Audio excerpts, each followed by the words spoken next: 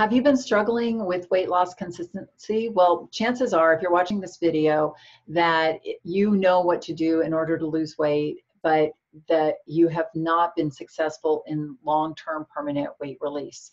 Now, here's the thing. There are two things going on. You have a brain that is wired to struggle with your weight, and you also have a brain that is wired to stay consistent and to release weight long-term. But the problem is that you're flip-flopping between these two brains. So in this session, I'm going to teach you 3 key mind strategies that are going to help you stay in this consistent brain and to put this struggle brain into dormancy. My name is Rita Black, and I am a clinical hypnotherapist and the author of the best-selling From Fat to Thin Thinking, Unlock Your Mind for Permanent Weight Loss. And I am also somebody who struggled with my weight up and down the scale, 40 pounds for over 20 years. And in the last 20 plus years, I have helped thousands of other people remove the mental roadblocks that have been keeping them struggling with their weight so that they could release the weight permanently, have confidence, and live life at their ideal weight. So grab the free hypnosis session that I'm offering below, and let's just get started. I want to dig into this because I find this super fascinating, and I know you will too. So here's the thing. I'm going to start our lesson by talking about smoking. I work with smokers and I work in weight management. The reason for that is I was also a former pack-and-a-half-a-day smoker when I struggled with my weight. And crazily, you know, I stopped my pack-and-a-half-a-day habit with hypnosis, and that's how I started to learn about hypnosis and learn about the power of hypnosis for helping our mind to make those deeper changes that are going to reap us the long-term results, right? And so not only was I able to stop smoking, but I was able to stop smoking and release weight and keep it off permanently by just learning to use my mind more effectively. But the reason why I want to talk about smoking is that when I work with smokers, in my exposure to working with smokers and how the smoker brain works, I've recognized that there is very similar patterns between the struggle with smoking and the struggle with weight management, and very similar patterns in freeing yourself from cigarettes and freeing yourself from the weight struggle permanently. So I'm going to talk about smoking because it's a little more clear cut. When somebody smokes, typically they have a genetic vulnerability for nicotine. That's right. That means that just somewhere in their family lineage, there has been a genetic gene passed along that has created within them a vulnerability for nicotine. Now, some people only smoke a few cigarettes a day. Some people smoke a half a pack, 2 packs, and typically we can look at their genetics and see why, you know, they're a heavier smoker or they're a lighter smoker, or they maybe smoked a couple cigarettes in their life, said, gross, this is horrible, and never smoked again, right?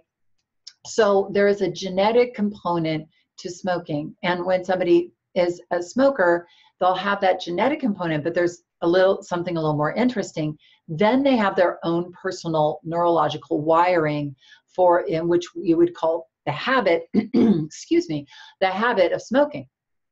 And so typically when somebody will expect the same amount of cigarettes every single day. So if you're a pack-a-day smoker, you're always a pack-a-day smoker, and your brain actually literally expects you to smoke those 20 cigarettes pretty much at the same times in the same places over the course of your day.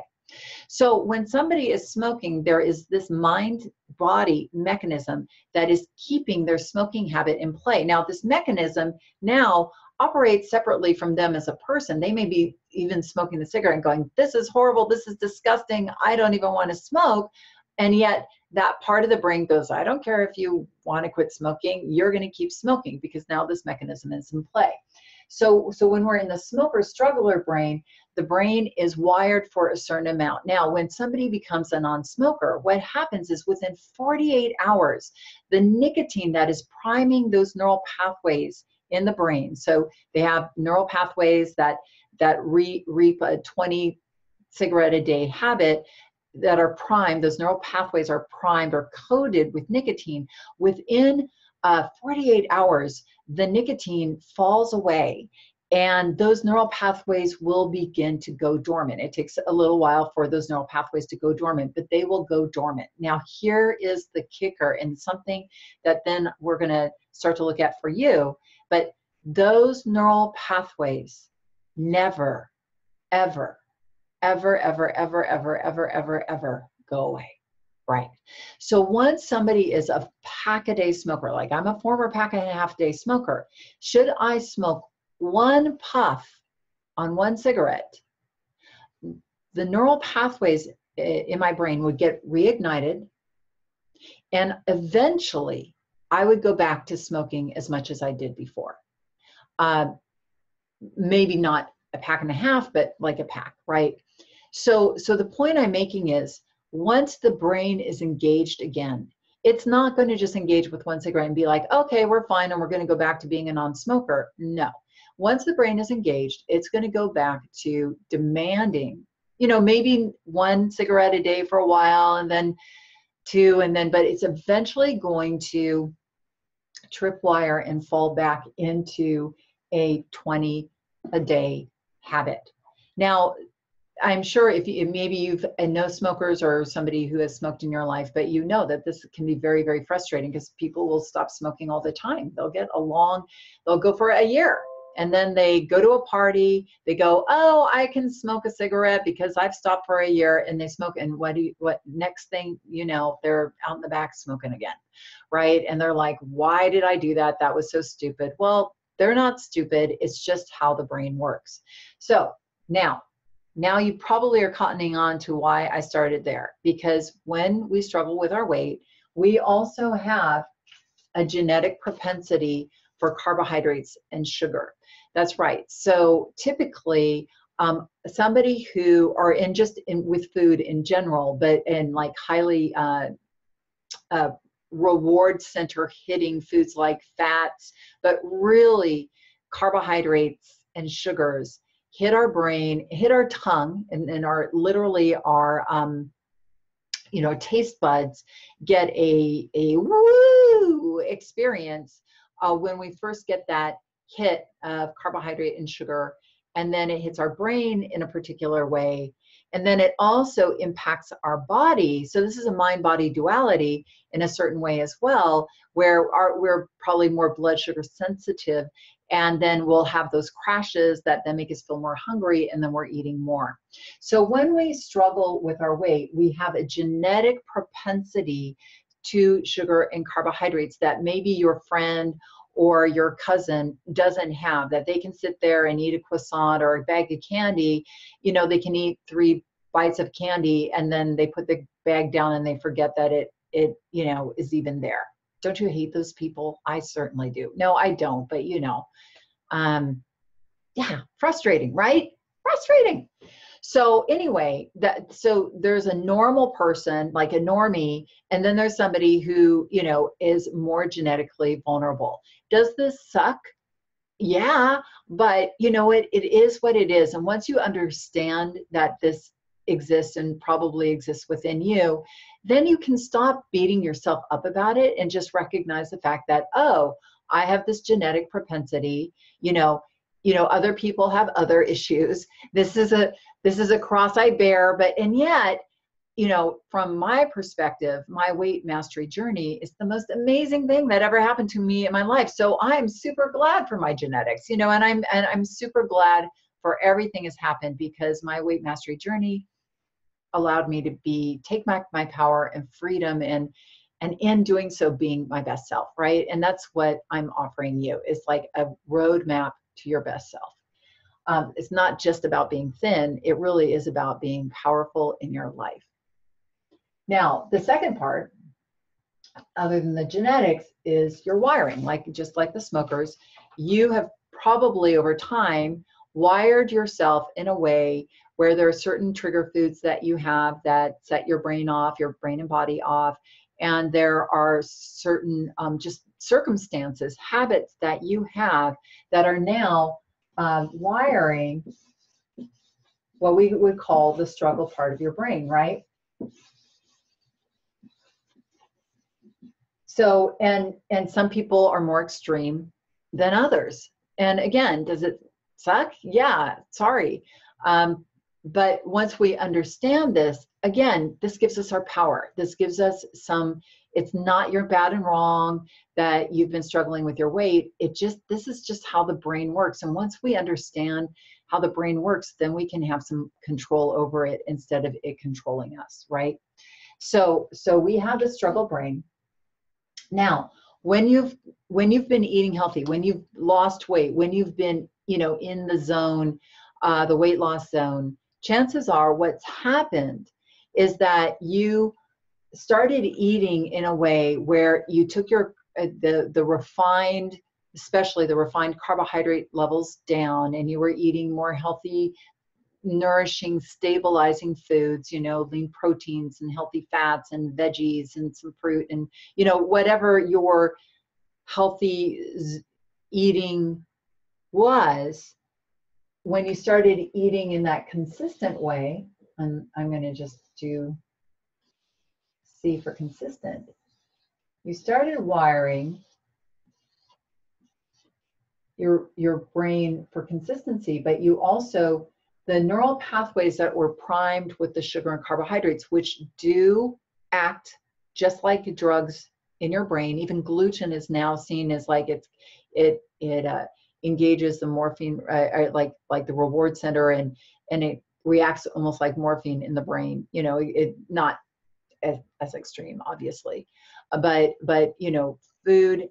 The food that we eat, a lot of these foods impact our brain like a drug.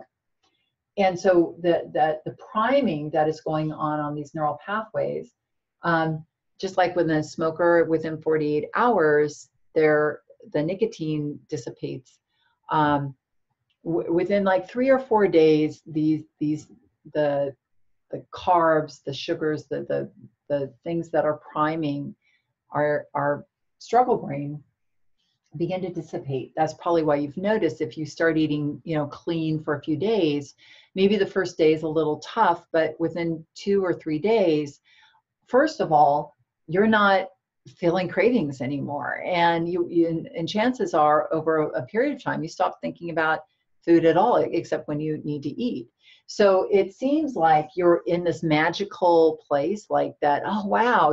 Like, it's amazing. I'm not thinking about food and it's easy to eat this way and I'm enjoying it. And so we're in this consistent, what I would call weight mastery brain, right? And life over here works. It's good. We feel powerful and confident.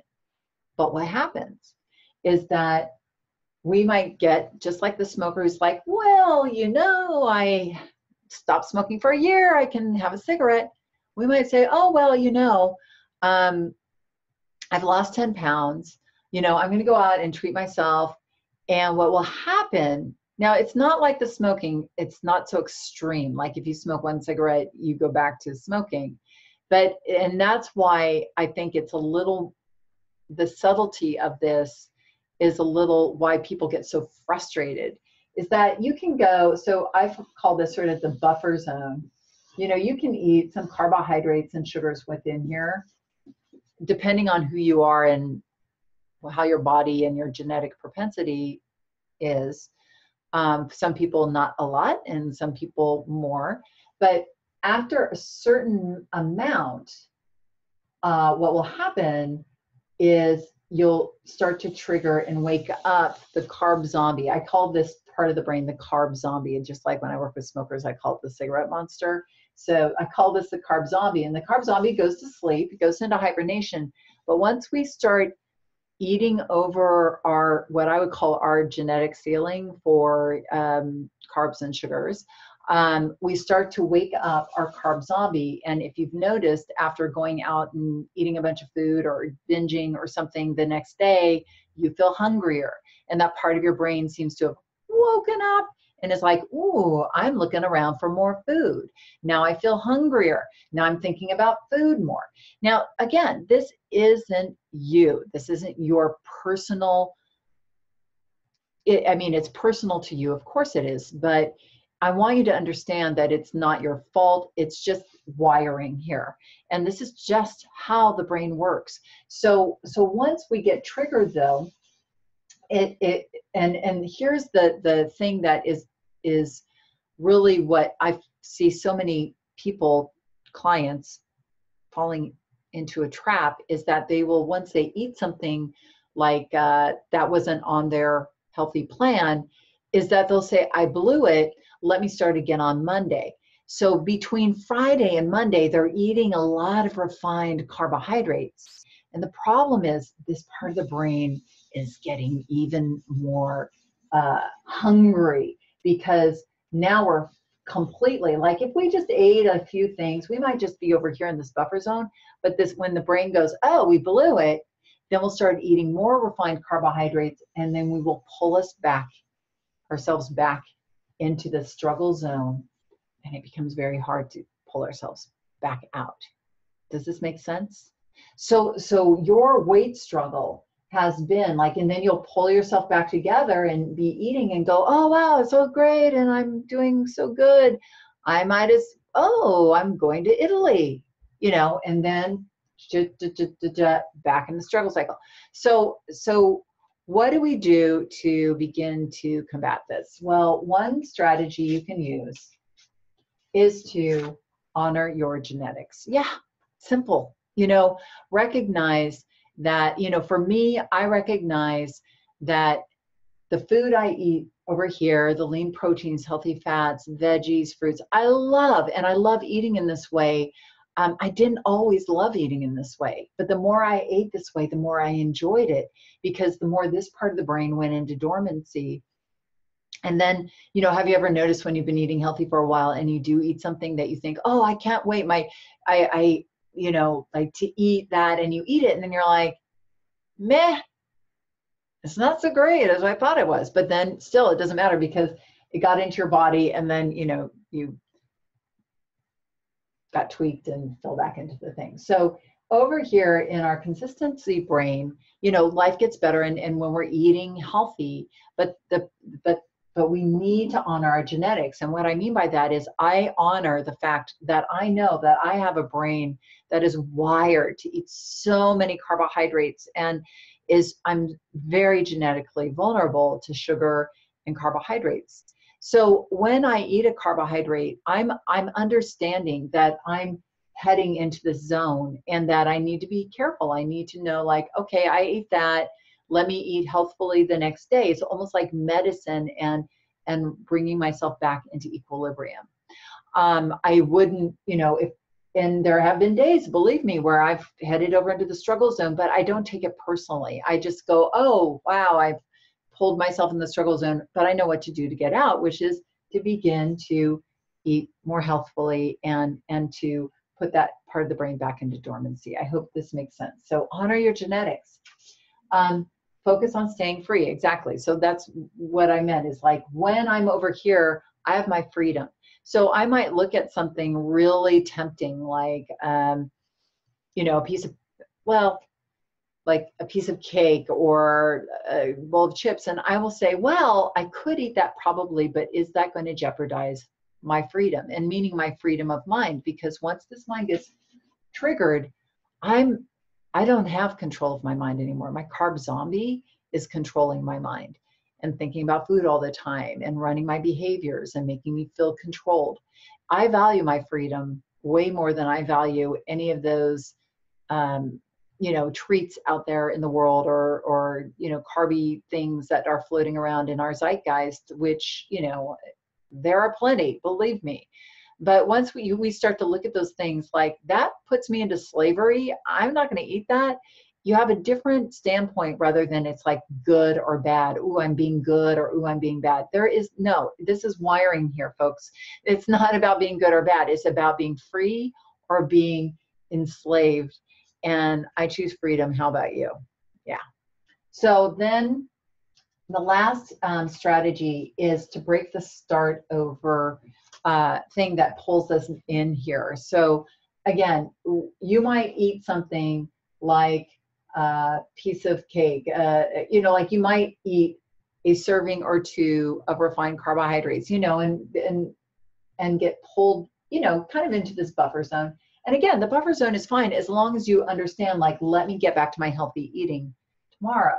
What you don't want to do is say, I blew it, I'm going to start over tomorrow, and then eat a bunch more, because then you are going to pull yourself over here and get into trouble. So break that tendency to sort of like, I blew it, I'm just going to start over on Monday. It does not serve you, and it does not serve your brain or your body. It keeps you enslaved in the struggle mindset. And we want to live over here in our consistent, powerful, confident mastery mindset. Okay? So I hope this lesson has been helpful for you. I find all of this stuff super fascinating. I hope you do too. Leave your comments below. Grab and enjoy the free hypnosis session below. Hypnosis is a really relaxing mind technique that, like I said, gives your mind a lot more power and focus to achieve whatever objectives you have in life. So here, I love weight mastery and I love smoking cessation. So I hope you enjoy, but have an amazing day, and thank you for being on this lesson. I appreciate it.